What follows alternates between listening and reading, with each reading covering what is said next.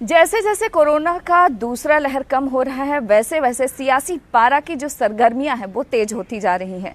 अगर उत्तर प्रदेश की बात करें तो इसका सीधा उदाहरण है जिस तरीके से उत्तर प्रदेश में कांग्रेस के बड़े ब्राह्मण चेहरे भारतीय जनता पार्टी में शामिल हो गए। इस पर ज्यादा बातचीत करने के लिए आज हमारे साथ मौजूद हैं भारतीय जनता पार्टी से लोकसभा सांसद और यूपी की पूर्व कैबिनेट मंत्री रीता बहुगुणा जोशी जी। जनतंत्र टीवी में आपका स्वागत है मैम। सबसे पहले आपसे मेरा सवाल यही है, जिस तरीके से उत्तर प्रदेश में सियासी सरगर्मियां बहुत तेज हो गई हैं, जितिन प्रसाद भारतीय जनता पार्टी में शामिल हो गए हैं, इसे आप कैसे देखती हैं? देखिए, जितिन प्रसाद जी का कांग्रेस छोड़कर भारतीय जनता पार्टी में आना उस श्रृंखला का एक अंग है जो कि कांग्रेस पार्टी के अब निरर्थक होने में विश्वास करने लगा है। वे लोग जिन्होंने कई दशकों तक कांग्रेस पार्टी की सेवा की, वे लोग जो वहाँ कांग्रेस पार्टी के स्ट्रक्चर में रहे, उन्हें अभी लग गया है कि कांग्रेस पार्टी अपनी असली भूमिका में नहीं है।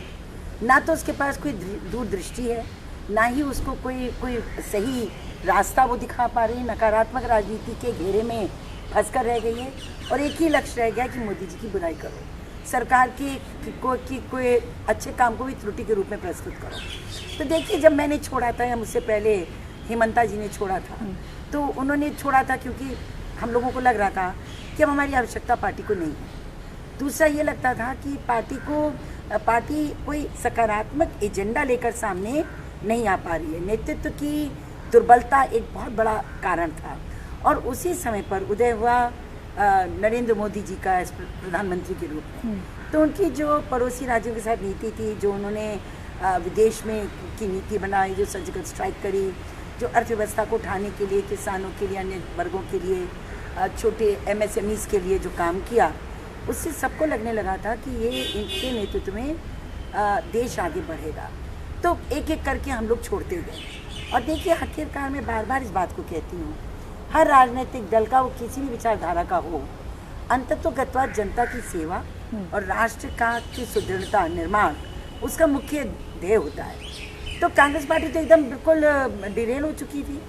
वहाँ पर ना तो पहचान रह गई थी सही नेतृत्व की, ना ही पहचान रह गई थी कि किन विषयों को लेकर आगे बढ़ा जाए। सर्जिकल स्ट्राइक पे सरकार को घेरे में कर दिया। अपने अभी देखिए, उधर लद्दाख में अपने हमारे सैनिकों की वीरता को, शौर्य को पर प्रश्न चिन्ह लगा दिया। कोविड के लिए पहली वैक्सीन भारत ने निकाली, उस पर प्रश्न चिन्ह लगा दिया। तो जनता इस बात को पसंद नहीं करती और हमारे जैसे लोग भी नहीं। तो मुझे बड़ी प्रसन्नता है कि वो आए हैं और उनके जैसे और भी बहुत सारे महत्वपूर्ण लोग हैं जिनको एकदम किनारे करा हुआ है, जो अपनी भूमिका नहीं निभा पा रहे हैं। उनको भी भाजपा में आ जाना चाहिए।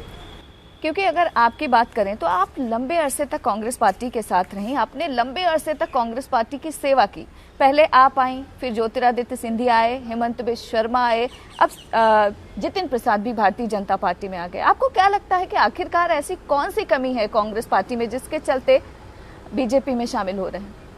नेतृत्व विहीन हो गई है, दिशा विहीन हो गई है, लक्ष्यों से एकदम दूर हो गई है और केवल एक जनता के साथ उसका संवाद समाप्त हो चुका है। जनता की नब्ज पर अब पार्टी की उंगली नहीं है और अंततोगत्वा बिल्कुल नकारात्मक राजनीति की ओर ये बढ़ रहे हैं। सकारात्मक सोच समाप्त हो गई है। तो सिर्फ ये कहना कि हम पुरानी पार्टी हैं, हमारी आइडियोलॉजी है।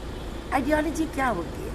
कोई भी विचारधारा है, अगर वो जनहित के लिए काम नहीं कर सकती तो विचारधारा का कोई अर्थ नहीं रह जाता। तो मैं ये समझती हूँ कि मुख्य कारण वही है कि अब ये पार्टी जिसको बहुत बड़े बड़े स्टॉलवर्स ने लीड किया, स्वतंत्रता आंदोलन, परतंत्र और स्वतंत्र भारत में, वो बिल्कुल नेतृत्वहीन हो चुकी है। आप सोचिए, 2019 से 2021 पार्लियामेंट का चुनाव करता, अभी तक तय नहीं कि कौन आपका अध्यक्ष होगा, किसको अध्यक्ष बनाए और कौन चला रहा है पार्टी को वर्तमान में, इस पर भी कोई स्पष्टता नहीं है। तो पार्टी देखिए समाप्त है और जो लोग जिनके पास समय है और जो कोई सार्थक भूमिका निभाना चाहते हैं, उन्हें मार्ग चुनना पड़ता है। जानकार मानते हैं कि भारतीय जनता पार्टी उत्तर प्रदेश में विधानसभा चुनाव आने वाला है, ब्राह्मण वोट बैंक को साधने के लिए जितिन प्रसाद को शामिल करवाई है। भारतीय जनता पार्टी अब किसी एक जात की वोट पर मात्र निर्भर करे, ऐसा मैं नहीं मानती। क्योंकि देखिए, 2014 के चुनाव में, 2019 के लोकसभा चुनाव में ये जो मिथ था कि जो हिंदी भाषी क्षेत्र हैं वहाँ पर जो है वो जातीय समीकरण बहुत महत्व नहीं निभाते, वो एकदम बस्ट हो गया। 2017 में उत्तर प्रदेश का चुनाव हुआ, कहा जा रहा था कि उत्तर प्रदेश का चुनाव अच्छा नहीं होगा, क्यों?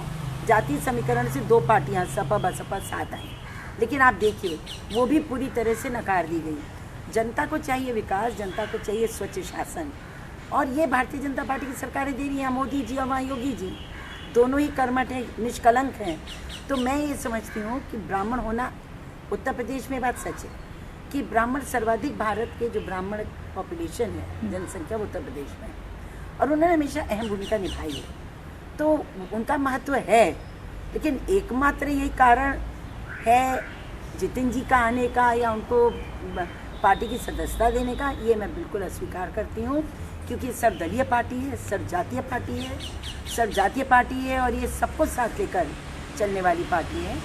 तो भारतीय जनता पार्टी में सबका स्वागत होता है, और ब्राह्मण होना कोई बुरी बात नहीं है, वो भी समाज का अंग है। हम लोग एक ऐसे समाज में रहते हैं जो पुरुष प्रधान भी है, हम ऐसे समाज में रहते हैं जो जातिवाद अभी जिसमें विद्यमान है, लेकिन जाति के आधार पर ना तो विकास के काम होते हैं और ना ही राष्ट्र की नीति बनती है मोदी जी के अंतर्गत, सबके लिए होती है। जितिन प्रसाद भारतीय जनता पार्टी में शामिल होते ही उन्होंने कहा कि अगर देखा जाए तो देश में कोई संस्थागत एक पॉलिटिकल पार्टी है तो वो केवल भारतीय जनता पार्टी है, बाकी तो व्यक्ति विशेष हैं। ये सच है। आप सोचिए, दुनिया की सबसे बड़ी पार्टी, सर्वाधिक सदस्यता और कार्यकर्ता गांव-गांव में फैला हुआ है। मैंने तो बस, मुझे 6 वर्ष हो गए हैं, लेकिन मैं आपसे सच कहती हूँ, जो सेवा भाव कार्यकर्ताओं में है भारतीय जनता पार्टी के, वो बहुत ही अनूठा है।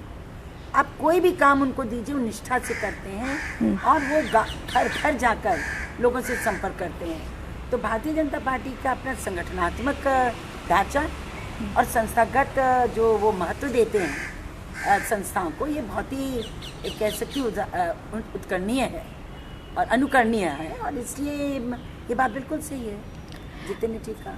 कांग्रेस पार्टी में जिस तरीके से लगातार नाराजगी दिखाई दे रही है, उसका एक तो सबूत है कि जितिन प्रसाद आ गए भारतीय जनता पार्टी में। सचिन पायलट भी काफी समय से नाराज हैं। क्या आपको लगता है कि कांग्रेस पार्टी सचिन पायलट को रोकने के लिए एक बड़ी चुनौती है कांग्रेस पार्टी के लिए? देखिए, इनकी कुछ दिशाहीन पार्टी है। इन्होंने हुड्डा जी के साथ क्या किया, इन्होंने पायलट के साथ क्या किया, हेमंता के साथ क्या किया, इन्होंने सिंधिया जी के साथ क्या किया, और अब ये पीछे पड़ गए हैं कैप्टन अमरिंदर सिंह के। तो मुझे ऐसे लगता है कि इन्होंने एक मापदंड बनाया है कि इस मापदंड के ऊपर हमें कोई नहीं चाहिए। अब मैं इंडिकेट कर रही हूँ कि उन्हें मजबूत नेतृत्व नहीं चाहिए, ऐसा नेतृत्व जब कभी कोई प्रश्न चिन्ह उठा सके, जो कोई कार्यप्रणाली पे में दखल कर सके। तो कोई भी मजबूत हो रहा है तो उसको कमज़ोर कर दो। ये पॉलिटिक्स आज से नहीं, ये कांग्रेस पार्टी में दशकों से चल रही है। मेरे पिताजी भी इसके शिकार हो चुके हैं, हेमवती नंदन बहुगुणा जी। तो अगर जब तक आप नीचे से ऊपर एक पिरामिड को ना, इन्वर्टेड पिरामिड नहीं बनाएंगे, तब तक काम नहीं चलेगा। नीचे से आपको ऊपर लाना पड़ेगा, तब होगा। नीचे आप एकदम उल्टा कर दें तो ये पावर वहाँ होनी चाहिए नीचे, और ये नहीं है इनके पास। क्योंकि अगर पंजाब की बात करें तो लगातार वहां पर बगावत के सुर दिखाई दे रहे हैं। सिद्धू जो कभी भारतीय जनता पार्टी के साथ हुआ करते थे, आज कांग्रेस के साथ हैं, लेकिन अपने ही सरकार के खिलाफ हैं। इसे आप कैसे देखती हैं? उनका पार्टी का अंदरूनी मामला है। सिद्धू जी क्या चाहते हैं क्या नहीं चाहते हैं वो जाने। लेकिन सिद्धू जी का भी जो करियर है वो बहुत ज़्यादा, मतलब काफ़ी उतार चढ़ाव वाला है। वो मैं उनको बहुत बड़ा राजनेता तो नहीं मानती। राजनीतिक गुण उनमें, राजनीति के गुण ज़्यादा नहीं है। हाँ, एक क्रिकेटर थे, पॉपुलर थे, एक रियलिटी शो में आते थे, लोकप्रिय हैं। अब उनका अंदरूनी मामला है, उनको आपस में चाहिए मैं नहीं जानती।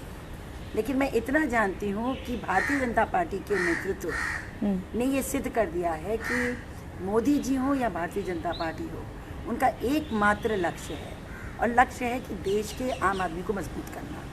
जितनी योजनाएं निकल रही हैं, आप देखिए, जन कल्याणकारी, सब कहीं ना कहीं जगह ग्रामीण से लेकर और नगरीय क्षेत्रों तक जो गरीब है, हाथ से पे बैठा है, उसके लिए डायरेक्टेड कोई भी हो सकता है। इनकी जो योजनाएं, सबसे ज़्यादा उसका लाभ हमको अति दलितों को मिला है, चाहे वो अनुसूचित जाति जनजाति के हों, चाहे पिछड़े हों या मुसलमान हों, सबको मिला है। वे लोग जो कि अभी तक सुविधाओं से वंचित थे। तो मैं ये समझती हूँ कि कोई कुछ करे, लेकिन लोग ये समझ गए हैं कि देश इस समय महफूज है प्रधानमंत्री नरेंद्र मोदी जी के हाथों में और भारतीय जनता पार्टी के नेतृत्व। हाल ही में उत्तर प्रदेश में पंचायत चुनाव हुआ, जिसके नतीजे देखा जाए तो भारतीय जनता पार्टी के लिए उतना सुखद नहीं रहा जितना वो उम्मीद लगा रही थी। तो क्या आपको लगता है कि विधानसभा चुनाव में इसका असर पड़ेगा? बिल्कुल नहीं। अगर आप उठाकर पुराने चुनाव देखिए तो इन चुनावों का ज़्यादा सही, देखिए स्थानीय चुनाव है और स्थानीय चुनाव में ना तो प्रदेश की सरकार बनती गिरती है ना केंद्र की। ये चुनाव बिल्कुल अलग लेवल पे होते हैं। मैं लड़ चुकी हूँ, मैं जानती हूँ। ये व्यक्तिगत चुनाव है। व्यक्तिगत आधार पर अगर मैं आपको पसंद करती हूँ तो ठीक है। और बहुत रिबेल जीते हैं। जैसे पार्टी ने जिला पंचायत में एक को टिकट दिया तो 2-3 और लड़ गए, जिसका मतलब ये नहीं कि पार्टी कमज़ोर हो गई है। दूसरी बात ये भी है कि जो ऊपर के चुनाव होते हैं वो ज़्यादातर पार्टी और नेतृत्व के ऊपर होते हैं। जैसे प्रदेश का चुनाव होगा तो कौन सी पार्टी, उसका क्या लक्ष्य है और उसका नेता कौन होगा, इस पर चलता है। केंद्र में हो प्रधानमंत्री कौन होंगे, कौन सी पार्टी पावर में आएगी। तो पार्टी और नेता मैटर करता है, नेतृत्व मैटर करता है आपके विधानसभा और लोकसभा के चुनाव में। लेकिन स्थानीय चुनाव बिल्कुल लोकल चुनाव है, इससे आप कुछ आंकिए मत। वैसे भी मैं आपसे कह दूं कि ऑलरेडी मैं जैसे प्रयागराज में हूँ, सब लोग हमारे पास आ रहे हैं। स्वतंत्र लोग बहुत जीते हैं और वो स्वतंत्र ज़्यादातर भारतीय जनता पार्टी की सोच के लोग हैं। और जितने भी अध्यक्ष होंगे मुझे लगता है 90% जिला पंचायत अध्यक्ष तो भारतीय जनता पार्टी के ही होंगे। इसके अलावा अगर उत्तर प्रदेश की बात करें तो पिछले 5 सालों में योगी जी की सरकार है, लोगों में असंतोष भी है। हालांकि सरकार ने काम भी बहुत ज़्यादा किया है, लेकिन नाराज़गी, क्योंकि जो सत्ता में होती है उसके खिलाफ नाराज़गी भी होना स्वाभाविक है। तो जो लोगों में नाराज़गी है, खासतौर में जनता में, उससे निपटने के लिए विधानसभा चुनाव तक क्या बीजेपी के पास कोई रोड मैप है? देखिए, भारतीय जनता पार्टी ने बहुत काम किया है। योगी जी ने की निष्ठा में, कर्मठता में और प्रयास में कोई कमी नहीं है।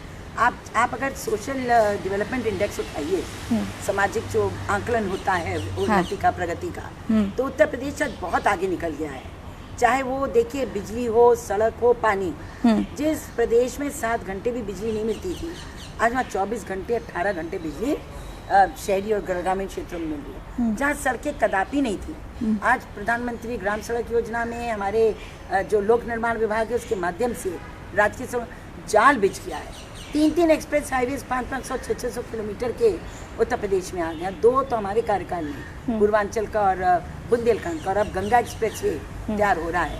इसी तरह से एक जनपद एक उत्पाद और MSMEs को बढ़ावा देने का जो काम किया गया, जो लोन्स दिए गए, जो ऋण दिए गए लोगों को स्वरोजगार के लिए, और ईज ऑफ डूइंग बिजनेस, और जो निवेश आ रहा है, इन सब क्षेत्रों में अगर आप उठाकर देखिए तो उत्तर प्रदेश आज बहुत ऊंचे पैदान पे चला गया है। तो मैं ये कहूँगी कि संवेदनशीलता में, अपने कर्मठता में और जनता के केंद्र की योजनाओं को जनता तक पहुँचाने में, अगर किसी प्रदेश ने मोदी जी के सपनों को, उनके इच्छाओं को पूरा किया है तो उत्तर प्रदेश की सरकार ने किया है। हर चीज़ में देखिए, शौचालयों में हम फर्स्ट आए, जो आवास वितरण में हम प्रथम आए, विद्युतीकरण में हमने गजब का परिवर्तन उत्तर प्रदेश में किया है, और अभी भी कोविड प्रथम की लहर को बहुत सुंदर तरीके से निपटाया। दूसरी में अब कुछ कमी रह गई भापने में कि कितना प्रभाव होगा उसका। 1.25 लाख टेस्ट तब भी हो रहे थे जब कोविड नहीं, तीसरी लहर नहीं आई थी, लेकिन इसका मैग्नीट्यूड इतना होगा, इसको भापने में कुछ कमी हुई। लेकिन फिर बीमार होते हुए भी, खुद कोविड से ग्रस्त होने के बाद भी मुख्यमंत्री जी ने जिस तेज़ी से काम किया, उसी का प्रतिफल है कि 3 सप्ताह के अंदर हमारा भारतवर्ष में हम सबसे कम हमारी फर्टिलिटी रेट हुई, मृत्यु दर हुआ, और 98.5% हमारी रिकवरी रेट आई। कि अगर दूसरे लहर की बात करें, जिस तरीके से यूपी में भी संक्रमण फैला, केवल यूपी ही नहीं पूरा देश उसकी चपेट में था और सभी भी अभी भी सफ़र कर रहे हैं। प्रियंका गांधी लगातार, चाहे वो राहुल गांधी हो, प्रियंका गांधी हो, सवाल पे सवाल खड़े कर रहे हैं कि योगी सरकार सही तरीके से कोरोना की दूसरी लहर से लोगों को बचा नहीं पाई। देखिए, बहुत उन्होंने काम किया, हम मानते हैं, बहुत लोगों की मृत्यु भी हुई, लेकिन जिस तेज़ी से 24 करोड़ की आबादी में इसके संक्रमण को रोकने का प्रयास किया गया वो उल्लेखनीय है। लेकिन साथ ही साथ मैं निमंत्रण देना चाहती हूँ कांग्रेस पार्टी को, खासतौर से प्रियंका जी को। हमारे मुख्यमंत्री योगी आदित्यनाथ जी ने कहा है 3 महीने में हम 10 करोड़ लोगों को वैक्सीन लगाएंगे।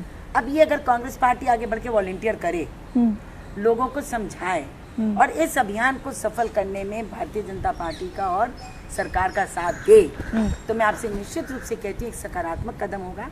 जनता उसको अप्रिशिएट करेगी। सिर्फ ये कहना, ये जो हो गया उसकी निंदा करना। अब जो लक्ष्य है 3 महीने का, सारे राजनीतिक दलों को साथ आकर इसको सफल बनाना होगा। तो जो संभावित तीसरी लहर है उसको हम मात दे देंगे। आपको लगता है जिस तरीके से तीसरी लहर के बारे में जानकार बता रहे हैं कि वो आएगी, दूसरी लहर भी अभी सही से खत्म नहीं हो पाई है, जिस तरीके से कांग्रेस पार्टी ये आरोप लगा रही है कि सरकार तो समझ ही नहीं पाई दूसरी लहर को, वो तीसरी लहर का इंतजाम क्या करेंगे? देखिए, बहुत युद्ध स्तर पर तैयारियां हो रही हैं। चाहे ऑक्सीजन प्लांट्स हो, जितने भी सामुदायिक स्वास्थ्य केंद्र हैं उत्तर प्रदेश के 528 के करीब हैं, सब में ऑक्सीजन प्लांट लग रहे हैं। सब जगह पर कोविड बेड्स हर क्षेत्र में, ग्रामीण क्षेत्र में एक 50-50 किलोमीटर की दूरी पर जो है वो कोविड हॉस्पिटल्स बनाए जा रहे हैं। कोविड की तैयारी के लिए दवाइयों को इकट्ठा किया जा रहा है, सारी व्यवस्थाएं की जा रही है, मास्क पहनो प्रचार हो रहा है, वैक्सीनेशन की ड्राइव गजब की हो रही है। अगर ये 3 महीने की हमारी ड्राइव सफल हो जाती है, जिसकी जिम्मेदारी सबको लेनी पड़ेगी। अगर कांग्रेस पार्टी ने या समाजवादी ने या बहुजन ने इसमें बढ़ चढ़कर भाग नहीं लिया, सिर्फ कहने से नहीं होगा, भाग लेना पड़ेगा। ये जन आंदोलन है, ये किसी राजनीतिक दल का या सरकार का आंदोलन नहीं है। वैक्सीनेशन जो है वो एक सामाजिक जिम्मेदारी हो गई है। तो अगर ये हो जाता है तो आप यकीन मान लीजिए, उत्तर प्रदेश के साथ साथ अन्य प्रदेश जो इसको लागू कर लेंगे वैक्सीनेशन को, वहाँ पर कम से कम मौतें बहुत कम हो जाएंगी। आएगा, छूकर निकल जाएगा और बहुत लोग बच भी जाएंगे इससे होने से। तो कोरोना को देखिए, अगर हराना है तो टीकाकरण सबसे महत्वपूर्ण इंस्ट्रूमेंट है और मास्किंग बहुत ज़रूरी। क्योंकि अगर उत्तर प्रदेश की बात करें तो पहले समाजवादी पार्टी के राष्ट्रीय अध्यक्ष अखिलेश यादव ने कहा ये बीजेपी की वैक्सीन है इसलिए इसको नहीं लगवाएंगे, जब हम सत्ता में आएंगे तब खुद लगाएंगे और अपने कार्यकर्ताओं को भी लगवाएंगे। अब जो संरक्षक है मुलायम सिंह यादव जी, उन्होंने टीका लगवाया, उसके बाद अखिलेश जी का बयान आया कि ये तो सरकार का टीका है, इसको हम भी लगवाएंगे। उनके इस बयान को कैसे देखती हैं? दुर्भाग्यपूर्ण है। पहले उन लोगों ने भ्रम पैदा किया। अभी 3 दिन पहले तक उनके सांसदगण, आपने देखा कैसे मुरादाबाद के, रामपुर के सांसदगणों ने कितना उन्होंने एक कहते हैं भ्रामक बयान दिए और कितने अशोभनीय बातें करी। इनको चाहिए कि अपनी पार्टी को समझाएं। खुद उनके वैक्सीन लगा लेने से खुद को तो सुरक्षित कर ले रहे हैं, लेकिन उनकी पार्टी द्वारा फैलाया जाए भ्रम से बहुत नुकसान हो रहा है देश का। पहले तो जो उन्होंने किया था वही गलत था, विरोध किया। अब हमें खुशी है कि उन्होंने स्वीकार कर लिया, लेकिन अब अपनी पार्टी से भी कहें कि लोगों को भ्रमित ना करें और इस अभियान में भाग लेकर उत्तर प्रदेश की जनता को संभावित तृतीय लहर से बचाने में सहयोग करें। तब हम मानेंगे कि वास्तव में राजनीतिक पार्टी जनहित की पार्टी है। क्योंकि देखा जाए तो पहले तमाम विपक्षी दल ऑक्सीजन की कमी, दवाइयों की कमी को लेकर केंद्र सरकार पर सवाल खड़े कर रहे थे। अब क्योंकि वैक्सीन ही एकमात्र उपाय है कोरोना से बचने का, तो अब टीकाकरण को लेकर लगातार सरकार को घेरने की कोशिश कर रहे हैं। क्या आपको लग रहा है कि तमाम विपक्षी दल सियासत कर रहे हैं? निश्चित कर रहे हैं। पहले सभी सियासी दलों ने कहा कि क्यों आपने केंद्रीकरण कर लिया वैक्सीन का, आप स्टेट्स पे छोड़ दीजिए, क्योंकि बहुत जगह क्षेत्रीय पार्टियों का शासन है, कई जगह पर अन्य पार्टियों का है।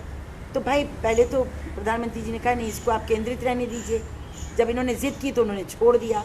जब नहीं उनसे बन पाया तो फिर कह रहे हैं केंद्र करे। अब जब केंद्र कर रही है तो फिर कह रहे हैं कि ये क्यों नहीं, वो क्यों नहीं। वो जितना चाहें उसका क्रिटिसिज्म कर लें, जितना चाहें वो आक्षेप कर लें, लेकिन मेरा निवेदन ये है कि इस ड्राइव को सक्सेसफुल करने में, इस अभियान की सफलता के लिए हर पार्टी को आगे आना चाहिए और अपने अपने ज़रिए से लोगों को प्रेरित करके वैक्सीनेशन सेंटर तक पहुंचाएं, वैक्सीनेशन कराएं। अगर नहीं करेंगे तो फिर वो राष्ट्र के प्रति अपनी जिम्मेदारी का निर्वहन नहीं करेंगे और तब वो एक्सपोज भी हो जाएंगे। सिर्फ राजनीति से नहीं, उसके लिए एफर्ट करेंगे तभी कोरोना भागेगा। आखिरी सवाल मैम, कोरोना काल है, महामारी का दौर है, संकट की घड़ी है, ऐसे में आप यूपी की जनता और देश की जनता से क्या अपील करना चाहेंगी ताकि संक्रमण को रोका जा सके? पूरी अर्थव्यवस्था हमारी चरमरा जाती है, हमारी सामाजिक संरचना में लोगों को काफ़ी घात पहुंचता है, इमोशनल लॉसेस होते हैं, अपने निजी अपने परिजन जाते हैं। इन परिस्थितियों से अपने व्यक्तिगत दुख से बचने के लिए, अपने राष्ट्र को बचाने के लिए, अर्थव्यवस्था को बचाने के लिए हमारी जिम्मेदारी बनती है कि हम कोविड के नियमों का पालन करें, हम मास्क को कतई त्यागें ना, हम हाथ धोते रहें, हम 6 फुट की दूरी, 2 गज की दूरी बनाए रखें और साथ ही साथ हमें वैक्सीनेशन, सबसे बड़ा हथियार टीकाकरण है। इस टीकाकरण से हमने टीबी को हराया, इस टीकाकरण से चेचक को हराया, इस टीकाकरण से हम लोगों ने बहुत सारी बीमारियों से निजात पाई है। उत्तर प्रदेश ने जापानीज एन्सेफेलाइटिस को टीकाकरण और सफाई के माध्यम से हराया है। तो अगर हमें वास्तव में पोलियो को हराया है तो इसी तरह से ये विश्व महामारी से बचने के लिए हमें टीकाकरण कराना पड़ेगा। सब लोग आगे बढ़िए, टीकाकरण करवाइए, यही मेरी सबसे अपील होगी। वक्त देने के लिए शुक्रिया। तो आप सुन रहे थे रीता बहुगुणा जोशी जी को, जिनका साफ तौर पर कहना है कि लोगों को कोरोना महामारी के काल में ज़रूरी है कि जागरूक हों, मास्क और सैनिटाइजर तमाम चीज़ों का इस्तेमाल करें ताकि इससे निजात पा सकें। देखा जाए तो सरकारों की अगर हम बात करें तो आज के दौर में सरकारें कोशिश कर रही हैं जो चरबराई हुई अर्थव्यवस्था है वो पटरी पर आए, लेकिन तमाम दल इस मौके पर भी सियासत कर रहे हैं जिसका खामियाजा देश की जनता को भुगतना पड़ रहा है। अब जनता को तय करना है कि आखिरकार ये सियासतदान जिनको उन्होंने सत्ता के शिखर तक पहुंचाया है उनको सबक किस तरीके से सिखाना है। कैमरा पर्सन शेरा सिंह के साथ ममता चतुर्वेदी, जनतंत्र टीवी, दिल्ली। खबरों के निष्पक्ष विश्लेषण के लिए सब्सक्राइब करें Jantantra TV and press the bell icon. Never miss any update.